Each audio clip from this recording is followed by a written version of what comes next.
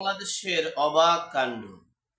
আমরা সেই জুলাইয়ের বীর সন্তানদের প্রধান নেতৃত্বে এবং যাদের মুখ্য ভূমিকা ছিল এই পিনাকি ভট্টাচার্য, সাংবাদিক ইলিয়াস ও কনক সরোয়ার, তারা এখন পর্যন্ত বাংলাদেশে আসতে পারেনি। এমনকি এই ডক্টর মোহাম্মদ ইউনূসের উপদেষ্টা পরিষদকে রক্ষা করতে পারবে না, এমনটাই আভাস পাচ্ছি আমরা। সেই বিষয়ে সংক্ষেপে আপনাদের সাথে একটু শেয়ার করার চেষ্টা করছি। দেখেন, এই জুলাইয়ের অভ্যুত্থানে, জুলাইয়ের আন্দোলনের সকল দিক থেকে মুখ্য ভূমিকা পালন করেছিল এই পিনাকি ভট্টাচার্য, সাংবাদিক ইলিয়াস ও কনক সরোয়ার, এবং তাদের নেতৃত্বেই এই ডক্টর মোহাম্মদ ইউনূসকে প্রধান উপদেষ্টা করে উপদেষ্টা পরিষদ গঠন করা হয়েছিল। কিন্তু এই উপদেষ্টাদের ব্যর্থতার কথা পিনাকি ভট্টাচার্য নিজেও নির্দ্বিধায় বলেছেন।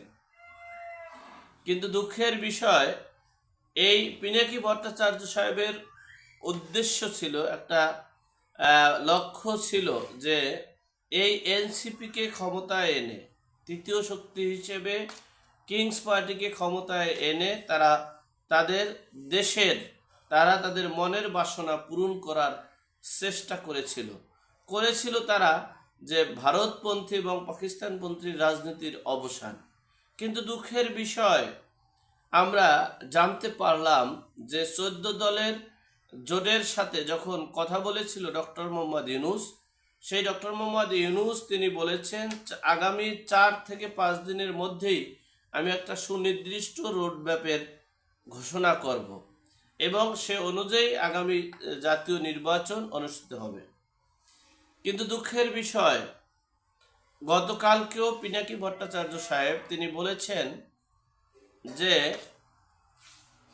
এই বাংলার জমিনে যে ডক্টর মোহাম্মদ ইউনূসের ব্যর্থতা হওয়ার কারণ হচ্ছে কিছু অথর্ব উপদেষ্টাদের কারণে। এই অথর্ব উপদেষ্টাদেরকে পদত্যাগ করাইয়া একটা জাতীয় সরকার গঠন করে যতদিন পর্যন্ত জাতীয় নির্বাচনের পরিবেশ না হবে, ঠিক ততদিন পর্যন্ত এই জাতীয় নির্বাচন দেওয়া সম্ভব নয়।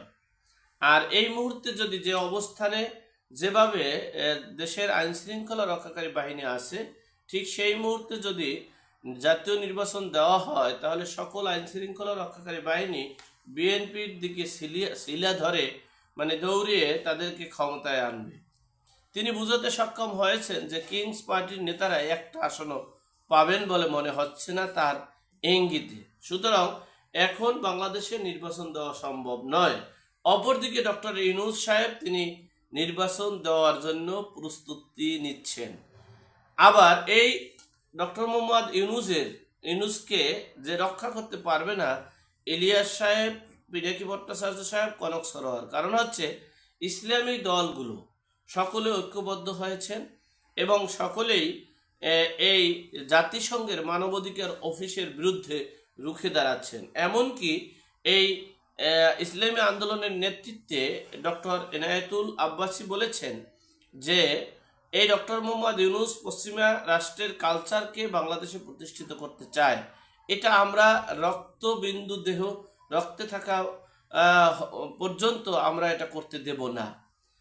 আর এমনকি তিনি বলেছেন, তোমার আশেপাশে যারা হালুয়া রুটি খাচ্ছে তোমাকে তারা রক্ষা করতে পারবে না এবং রক্ষা করতে আসবেও না।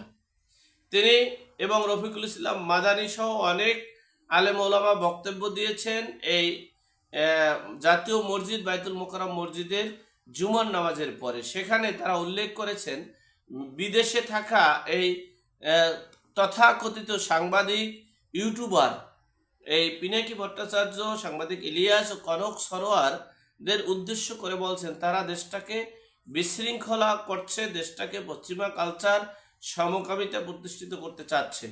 তারা যদি বাংলাদেশে আসে না কেন, তাদেরকে বাংলাদেশে এসে রাজনীতি করার আহ্বান করেছেন, এমনকি তাদেরকে জুতা পিটা করারও, এমনকি তাদেরকে এই দেশের মাটিতে স্থান দেবে না সেই হুঙ্কার পর্যন্ত আমরা দেখেছি। তাহলে সর্বোপরি দেখা গেল এই মানে পিনাকি ভট্টাচার্য, সাংবাদিক ইলিয়াস, কনক সরোয়ারের যে স্বপ্ন এবং এনসিপির যে স্বপ্ন, ডক্টর মোহাম্মদ ইউনূসের যে স্বপ্ন, সে স্বপ্ন আর পূরণ হতে যাচ্ছে না। এখন বাংলাদেশের জনগণ এখন ফুঁসে উঠেছে।